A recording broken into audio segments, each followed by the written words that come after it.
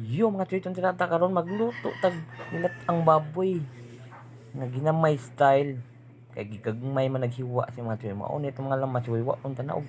mao ni mga parasagol diha buti kalbasa pichay amatik na siya hiwa unta ug man naghiwa andam na man na naghiwa diha siyempre naanay tangkong dunod na tong lamas kayo kayo na diha matik na